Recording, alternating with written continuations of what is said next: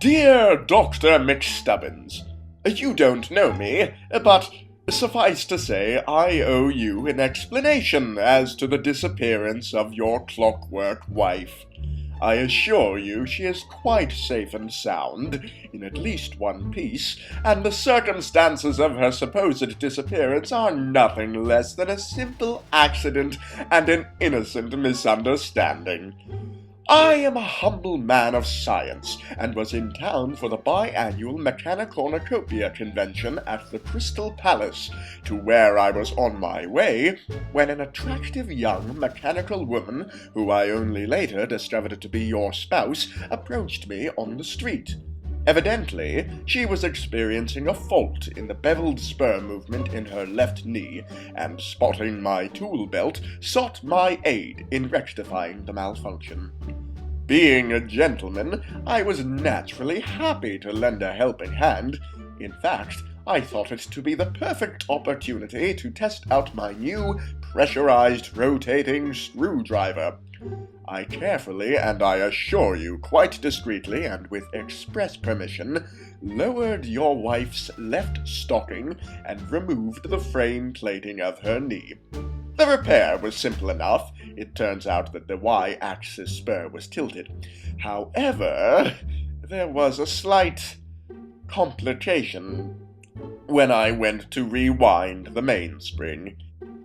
It seems that I slightly underestimated the pressurization of my screwdriver, and I may or may not have unintentionally wound the spring into a state of hypercompression. I can only speculate upon this, as the subsequent occurrence is mechanically consistent with a hypercompressed mainspring. Upon the release of my screwdriver, your wife's knee joint began to spin out at a rather alarming rate, sending her careening off down the street on a sort of high-speed limp. It may sound alarming, but I assure you she was relatively unharmed, and in retrospect it was quite funny.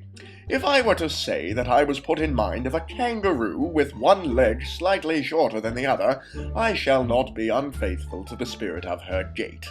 Despite her incongruous speed, I was able to give close chase until the rigorous percussions of your wife's irregular footfalls caused the bolts in her knee to come completely loose and send her lower leg flying off its joint and into the Thames. Unable to recover her leg, I resolved to supply your wife with a replacement. However, at the time, a rather cantankerous fit of hysterics prevented her from being rational, so I was given no other choice but to throw her over my shoulder and take her to my ship, though I assure you that I did so with the utmost respect and decorum. I suppose that one or two bystanders may have spotted us and misconstrued the situation, and contacted the authorities, who are now surrounding my vessel, whereupon your wife is quite safe and completely repaired, although still a tad agitated. I shall entrust this letter to your postman yesterday, and instruct him to deliver it to you today. Upon receiving it, would you be so kind as to inform the authorities that there is no cause for concern, and request that they please go away? I will happily return your wife to you as soon as she calms down, and we can all get on with our day. Thank you in advance for your cooperation. Sincerely, Captain Edward von Arkham, of the MHS Hysteria.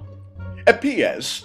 Your wife lost her left stocking when her leg flew into the Thames, so I have loaned her one of mine. If you would be kind enough to return it to me when she gets home, I would be greatly appreciative. And please do not ask me why I own women's stockings. It's a very long story that I would prefer not to get into.